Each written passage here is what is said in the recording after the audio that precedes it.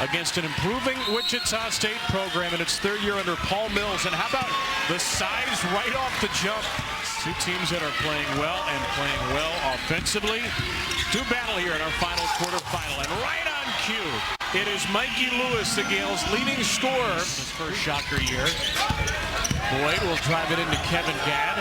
Boyd smothered by Gadd and banks it in anyway, getting Wichita State on the board as we look at the starting five for the St. Mary's Gales.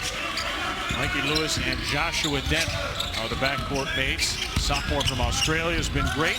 Throws it up to McKeever, who just pats it home with the left hand. Well, that was one thing about Giles. He's not going to back down from any type of competition. He's going to stay aggressive throughout.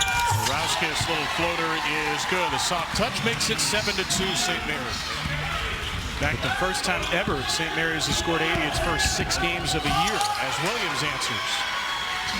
Before in his rookie year, he won Rookie of the Year. How about that? Yes, I'll take credit for it. He won because of you. You set him up brilliantly. There you go. McKeever over Okorafor. The 7-3. Andrew McKeever has a couple of buckets.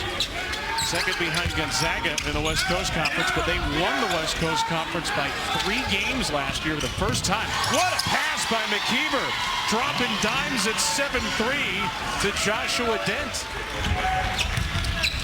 St. Mary's 5 for 8 to start. Make it 6 for 9 as Morauskis shoves it off the backboard. 13-4 start for St. Mary's, which is 6 for 9. Wichita State 3 for 9. Wichita State catches a break. Williams now, bodied by Lewis, slithers inside him for 2 more. And he's knifed through the defense for back-to-back baskets. 13-8. Lewis missed it. And a rebound to Wichita State, Drake Kindle. Kindle. Beautiful move to get the foul and the bucket against Kevin Gadd. And out of nowhere, 6 straight for the Shockers. Getting into transition, using his quickness, his speed. After 10-2 run for St. Mary's, 7 straight for the Shocks. Okorafor inside Wessels and ties the game.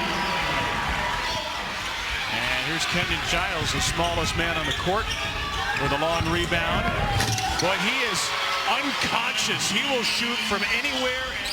He wants the ball now against McKeever. He'll get it off the slip from Kindle, and he'll finish. And Drake Kindle once again continues. 6-2. Shockers have thrown a few defenders at him. Lewis on the roll, sets up Shaw. The freshman, Dylan Shaw with his 7-3 of the year. But that's Okorafor. Backing down Wessels. Okorafor short, gets it back, and rolls it home. He's got 6. But of course, McKeever feeds the post here, and Morauskis. How about the 7-3 guy feeding the post and then getting it back?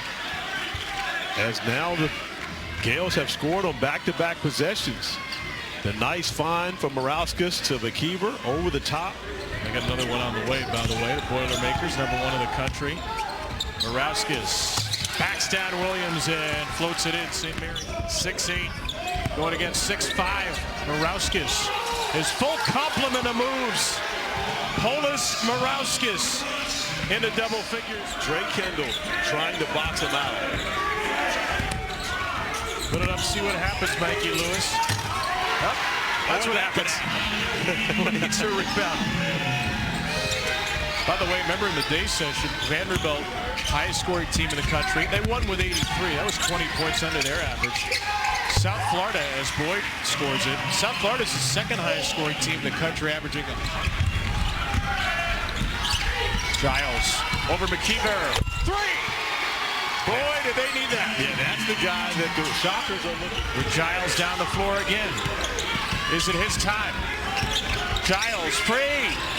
Giles free. McKeever had been drawn out in the switch on the pick and roll, and now St. Mary's has the ball up 4, and they turn it over. Great job by Bird making up for it, though, coming up with a deflection.